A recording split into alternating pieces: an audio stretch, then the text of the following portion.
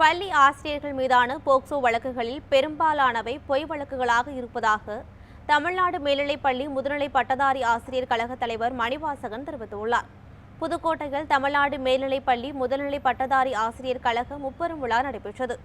இதைத் தொடர்ந்து பேசிய மணிவாசகன், விருப்ப பாடமாக கொண்டுவரும் பாடங்கள் மாணவர்களை பாதிக்கப்படும் வகையில் இருக்கக்கூடாது என்று கூறினார்.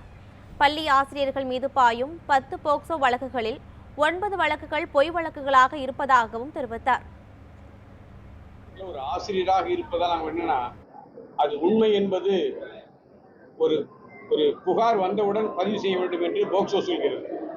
அது உண்மையா அல்லது தவறா என்பது நீதிமன்றம் விசாரித்து முடிவெடுக்க வேண்டும் என்று நாங்கள் மறுநியமனத்திற்காக இடைநீக்கம் செய்யப்பட்டவருடைய மறுநியமனத்திற்காக கல்வித்துறை அணுகின்ற பொழுது கூட வழக்கு என்ன சொல்கிறது, வழக்கினுடைய தன்மை எவ்வாறு இருக்கின்றதுதான் மேலே கேட்கிறார்கள்.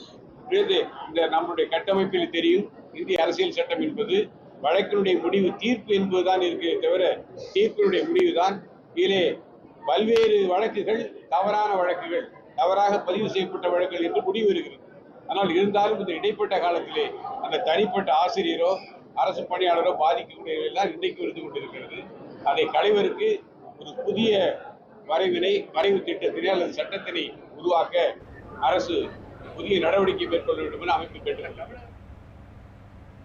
கரூர் அருகே அரசு பள்ளிக்கு கூடுதல் கட்டடத்தை அமைச்சர் செந்தில் பாலாஜி திறந்து வைத்தார்.